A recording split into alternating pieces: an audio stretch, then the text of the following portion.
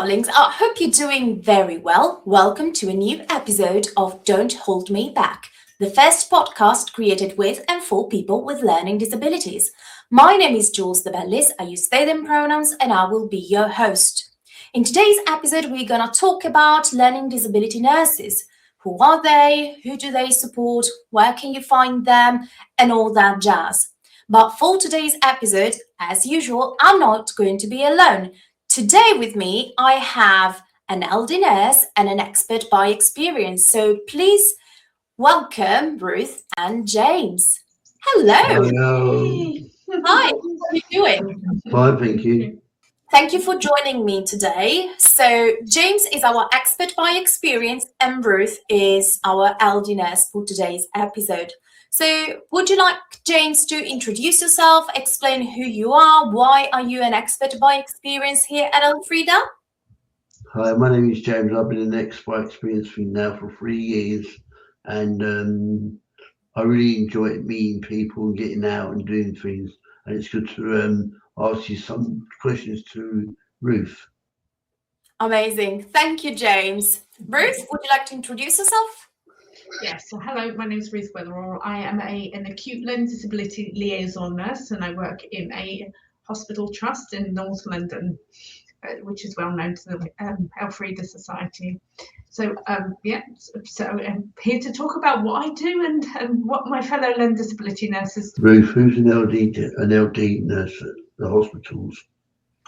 So in the hospitals, the learning disability nurses usually have been trained specifically to support people with learning disabilities. So that's what they went to university to do. But sometimes people from different nursing backgrounds may choose to actually be a learning disability nurse as well. So somebody who is trained to just work in adults as an adult nurse may choose to be a learning disability nurse in hospital as well. So, but predominantly, they're usually the learning disability nurses that have trained to be learning disability nurses. When you choose to be a nurse, you can choose either to do adult nursing, mental health nursing, children's nursing, or learning disability nursing. So you have a choice of pathway that you want to go down. Often people choose to go down adult pathway because they don't know about learning disability nursing pathway. I'm biased. I think learning disability nursing is the best kind of nursing. I'm sure you agree, James. Yes, I do. So it's a specific pathway that you can choose to go to when you do your nurse training. So at the moment, we're trying to raise more awareness about learning disability nurses as well, because a lot of people aren't aware it is a pathway to go down. So we're trying to raise more awareness about us as learning disability nurses and what we do and what a fabulous job it is. Great. Thank you, Ruth. What's the difference between an LD nurse at a hospital and one out in the community? So the learning disability nurses in the hospital, obviously that is my role. So I support people when they come into hospital. So in the different situations they may come into hospital, they may be admitted to hospital and have to stay with us for a little while. So I will go and support them through that situation. So if you're in, I may come in just to have a little chat with you. I may support you with the doctor's appointment when the doctors come and talk to you and help you with that. Or if you have to go for some tests, I may go and support you with that. And there's other areas that I would support within the hospital. So I would go, if you've got an outpatient appointment or test that has to be done, I can come and support you through them. I can sit with the doctor with you and we can talk about the different things that would happen while you're in hospital, what have happened while you're in hospital and with that doctor, or what they want to happen in the future to make you better. Or on a completely different area, I may if somebody's having a baby, I may come and support them through that process as well. So it's a completely different area. Now, obviously, learning disability nurses work in the community as well. So the learning disability nurses in the community are often linked with the social care team. So they will often be linked with the social workers. But they will go into your homes and support with different things to do with your health. And they will do some other things as well about raising awareness in the community as well. That maybe help with going for blood tests with the doctor. They may go and support you with your GP appointments and raise any concerns and questions with your GP. or they may go into your home and just sort of follow up with anything that's going on, or look into any health needs that you may have, or any worries about health care in the future that you may have. It's a very wide topic. We kind of cover everything, and I was talking to some fellow learning disability nurses the other day. We do everything. We bakers, cleaners, gardeners, you name it, we do it. We're not just nurses. And I think that's the beauty of learning disability nursing, because it's not just about the clinical role of a nurse. We look at you as in a holistic sense. So we look at everything about your life and how we can support that. And I think it's very important that we get to know you as well as a person, because how can we get to know you if we know nothing about you? Does it mean you also cover reasonable adjustments and liaising with the medical professionals the other medical professionals, in order for them to see the person before the patient in some sort of way? Absolutely, and especially if somebody I know quite well comes into hospital, it helps for me to advocate on behalf of that person, really, because I can tell if they're not well as well, because I've got to know them and got to know them when they're well, hopefully. So when they're not well, I can sort of advocate for that person, because as we all know, when we're not well, we don't very good at talking about things, and you just want to go curl up and go to sleep a lot of the time, and you don't want to talk to people. So it's helping advocate for that person. And a lot of people going to hospital is obviously a very strange environment. It's very uncomfortable for a lot of people, because there's lots of people you don't know. You don't know where you are. There's lots of noises going on in the background, which can really be uncomfortable. A lot of people struggle with all the beeping that goes on from a lot of the machines. So this is where reasonable adjustments come in. What can we do? Are we able to get somebody into a side room so they can have somewhere quieter to go? Maybe just making sure I have people just want to be near a window. They feel a bit more comfortable being able to look out the window and see things. Hospital passports are a big deal. We kind of keep pushing hospital passports and the use of a hospital passport. And I always tell doctors when I do some training around it, always look at the back page, because the back page tells you what I like and dislike. And I think it's nice, rather than just going up to somebody and start talking about, I'm going to do this, and this, it's nice to talk about something you like to start with, isn't it? It just helps make it a little bit easier as well. And it's a very simple thing to do, to make a little reasonable adjustment in place, just to make it a little bit easier when you go into hospital. So there's reasonable adjustments take forms of different things, and it really depends on the person and what they need. Yeah, and just for those who don't know, a hospital passport is a document with a sort of like traffic light on it, with the very important bits in terms of like medical necessities and needs, for example, medication and all that jazz. But there's also your preferences and what you like and what you don't like. So generally speaking, for anyone who's neurodivergent or part of the LD community, it's a good standard to have one and to bring one into the hospital when you visit it, because that you can share how you want to be treated, and sort of having like a tailor-made kind of service, of course, if it is available. When you go to hospital, have you got any appointments or you've been admitted, how can they find you? So this will depend on the hospital you go to, but I've managed to set up some little systems in my hospital. So we have a flag on the system. So if a person's got a learning disability, hopefully we have flagged up on there. For me personally, that flag will act if that person comes to the emergency department. I will then get an alert on my computer to tell me that person has come into the hospital, so I know you're here, and I can hopefully at some point come and see you if you're still here when I'm around, or hopefully if it's really important, I'll be around like a flash. So that's the way that we do it in the hospital, but most hospitals will have that flag on the system, so that alerts people to a person with a learning disability and or autism. It comes in place. If the hospital like me hasn't got that email system in place, then the doctors will hopefully, and the nurses in that department that you've gone to, will hopefully call the learning disability nurse to say, this person's in hospital, are you able to come and support?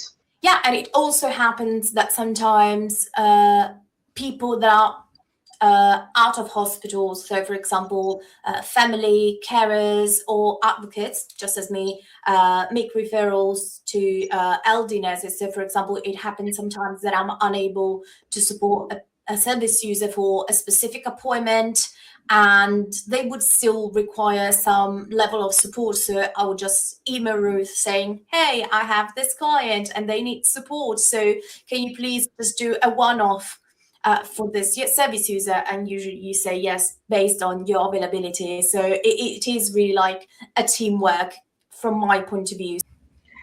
100%. I mean, I've worked quite a lot with it, Elfrida advocates over the years, and it does work very well. And obviously, because I'm the only learning disability nurse in my trust, it's really helpful for that extra support in place. If there's any issues that the advocate can't help with, they can always come back to me, and then we can arrange to actually have that discussion with the person to help and with understanding, or if there's things that I need to follow up with, then I can meet them and follow up with them. So it is very much about teamwork within all the services.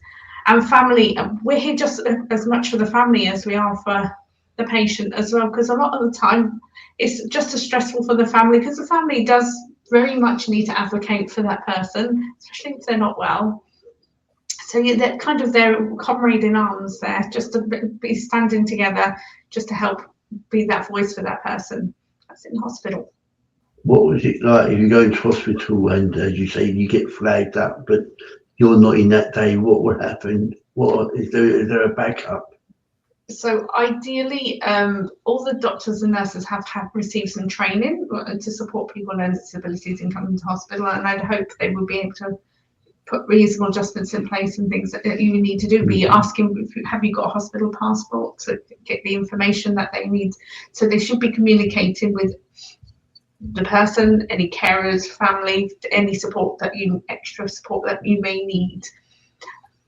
Obviously, most hospitals just have one learning disability nurse in them. Some do have a team of learning disability nurses, and the more bigger hospitals usually have a team in place as well, so they're able to work. But usually we're a 9 to 5 kind of service, Monday to Friday. So usually out of hours, it's more difficult to actually get a learning disability nurse, but the doctors and nurses should be flagging up, leaving a message for the learning disability nurse. Once you're in, can we have your support? There's also, they should be contacting the community teams as well. If there's nobody in the hospital, the community teams should be reached out to. So James, you are one of our experts by experience. So what's your experience of LD nurses and their support when you go to hospitals? Well, first of all, I've known Ruth for a long time. Amazing, always caring, always there when you need her. But I always think, like Ruth says, she works 9 till 5. They need to get someone for the weekend, because that's when most vulnerable people. So, like, give Ruth 9 till 5 and you someone else the weekend job. I wouldn't mind doing it. Oh, thank you, James. What happens if a hospital doesn't have an LD nurse, or one that has been allocated yet? Because for example, as an advocate, I had to deal with a hospital in North London that when I needed them didn't have an LD nurse available. So in that case, because the appointment was during the weekend and I couldn't attend because it was out of hours for me as well, I had to get in touch with the hospital and reschedule the appointment again during weekdays so that I could be there.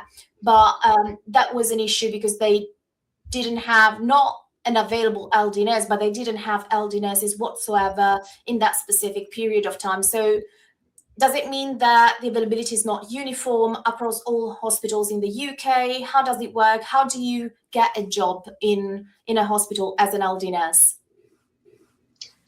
So sadly, not all hospitals. I have come across some hospitals without learning disability nurses, and we've had to refer patients to that hospital, and I've tried to reach out to those hospitals, see what support and help we can put in place, and making them aware of the hospital passports and things.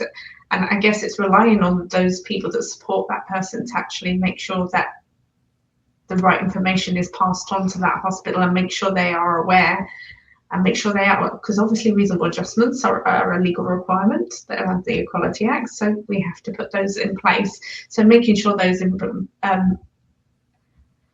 reasonable adjustments are made for each person when they're going into those services. It's a very difficult one to really answer, but it's very, very much a lot relying on the community supports that person has, and their family and carers being there to speak up for Thank you, them. Ruth. What's the difference between an LD nurse and an LD nurse with someone with autism? So obviously, yes. So we're becoming more aware about autism as a society as a whole, and we're becoming more aware that autistic people do need support when they come into hospital, but not all autistic people will need specific support. We just need to make sure we're putting reasonable adjustments in place to help support that person coming through the process, because again, sensory wise, it's not a great place, and you've been to the emergency department, you know how busy and crazy and horrible, lights everywhere. I've had a lot of people in ITU recently with autism, and they've really struggled. So the intensive care unit is very bright, lots of lights, and they're very noisy and bright with lots of beeping and machines making funny noises going on in the background. So people becoming more aware of autistic people means that trusts are starting to look at what support we can put in place for autistic people, and there are now trusts that have got learning disability nurses that support learning disability and autistic people as well in their role. I don't think at the moment there's no difference between the training that person gets. Obviously they go and go and get some more information about autism, I guess, and go and do find some training and everything for people with autism, but sadly that it's something that really isn't that uniform at the moment, and it's still very bitty. And I know it is something that's being looked at very much in the learning disability nursing world at the moment, about supporting people with neurodivergences, and should that be our role as learning disability nurses. So it's a whole big topic there going on, and a lot of conversations happening at the moment. Yeah, and I would also like to add that some people that are part of the LD community are also autistic, but they also might not be autistic, and people that are autistic might not have a learning disability. So it really varies. And as you just said, the level of support that an autistic person who does not have a learning disability needs can vary quite a lot. So it's not a secret that I'm autistic myself. And for example, for me, emergency departments are like hell on earth. So whenever it happened to me that I had to go to A&E, it was just not pleasant. And luckily, I had family members coming with me to support me, not having a meltdown, help me regulate it, and asking reasonable adjustments to my health providers. So yeah, it really varies, and there are, as you just said, some hospitals that do have LD and autism nurses as well. There are a few in London as well. So it's really kind of a shame that there's no specific training for autism nursing, because the needs might vary a lot. So this is definitely something that we should look forward to implement more training for nurses and medical professionals in general, I would say, on how to support autistic individuals. And of course, right now I'm just talking about autism, but there are also like other forms of like neurodivergence that would need equal support, just in a different way. So because we are going towards the end of today's session, I have one last question for you, Ruth, which is, what do you think is the hardest part of your job, and what is the best part of your job? So the hardest part of the job is when it gets busy. I like to, if you're an inpatient, I do try desperately to go around and see everybody and make sure everyone's okay in hospital, because it's not nice for everyone. And I'm sure other patients are jealous. That nurse comes every day to that person and sits with them. But I try and do that very hard. And when I get busy, I don't always have the time to do that. And I do feel terribly guilty every time that happens. So that's probably the worst part, when I don't get the time I like to have. The best part is when you do get that time and you can sit there. People get jealous of me because I'm the nurse that sits and plays Connect 4 or whatever, and we sit and listen to some music together, and we can just have a little bit of extra time together. So like I say, this is a special part of learning disability nursing, is that you do get that extra time for your patients and things, and it's not necessarily linked to why they're in hospital, but it is sort of just about making the hospital that little bit nicer and easier as well. So that's a good part of the job. It's the fun part of the job.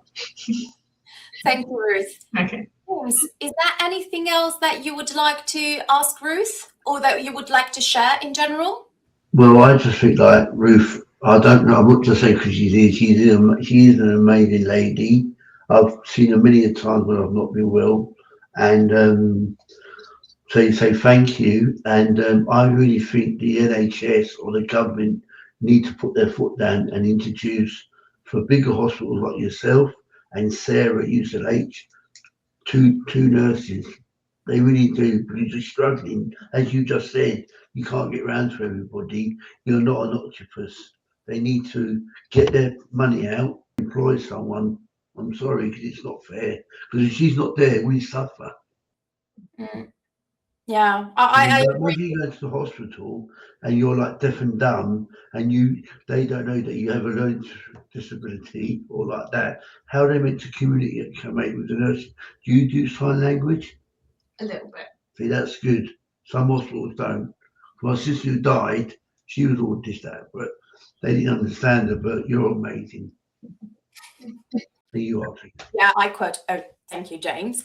So before saying goodbye, I just wanted to share that if you are anywhere in London or anywhere in the UK and you can't find information on who the LDNS in your hospital is, and that specific hospital does not flag up whether you have a learning disability or you're on the spectrum, you can always visit our website, www.elfrida.com. There's lots of information there, and you can also send us an email at enquiry@elfrida.com, or follow us on Instagram at the Elfrida Society. You can leave a comment below, you can send us DMs, and we will do our best to signpost you to the right LDNS in your local area. So I really want to thank James, our expert by experience, and Ruth, our LDNS, for today's episode, for joining us today. It's been a real pleasure, and hopefully more people now know all they need to know about LDNSs. So thank you. Thank you. Thank you. So this was another episode of Don't Hold Me Back, the first podcast created with and for people with learning disabilities. I'll see you in a new episode next month.